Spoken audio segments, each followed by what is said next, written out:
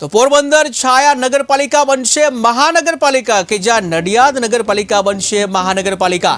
નાણામંત્રી કનુ દેસાઈએ કરી વિધાનસભા ગૃહમાં જાહેરાત,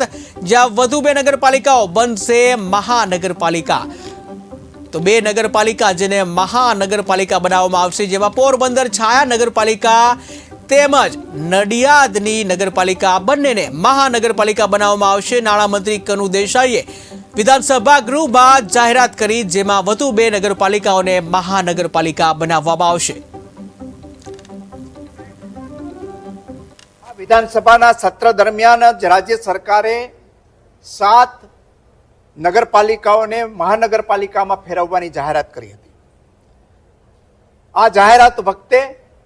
અને શહેરી વિકાસની માગણી સમયે મેં રાજ્ય સરકાર પાસે માગણી કરી હતી કે 7 મહાનગરપાલિકા બનાવવામાં આવી, એમનો કોઈ વાંધો નથી, પરંતુ પોરબંદર જે મહાત્મા ગાંધીની જન્મભૂમિ છે અને પોરબંદર જિલ્લાનું વડું મથક છે, એ ઉપરાંત નડિયાદ જે સરદાર સાહેબની જન્મભૂમિ છે અને જે ખેડા જિલ્લાનું વડું મથક છે, આ બંને નગરોને મહાનગરપાલિકા આપવા માટેની મેં રજૂઆત કરી હતી। મને આનંદ એ વાતનો છે કે મારી આ માગણી આજે સ્વીકારી અને ગૃહની અંદર પોરબંદર અને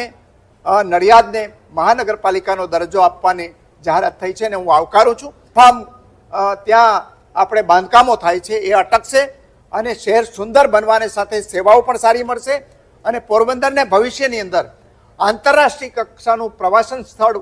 બનાવીને ત્યાં નવી રોજગારી ઊભો કરવાની જે તકો છે એ પણ આનાથી વધશે। એટલે ફરીથી હું રાજ્ય સરકારનો આ મુદ્દે આભાર માનું છું। આજરોજ આપણા મુખ્યમંત્રી ભૂપેન્દ્રભાઈની આગેવાનીમાં નાણામંત્રી કનુભાઈ દેસાઈ દ્વારા વિધાનસભામાં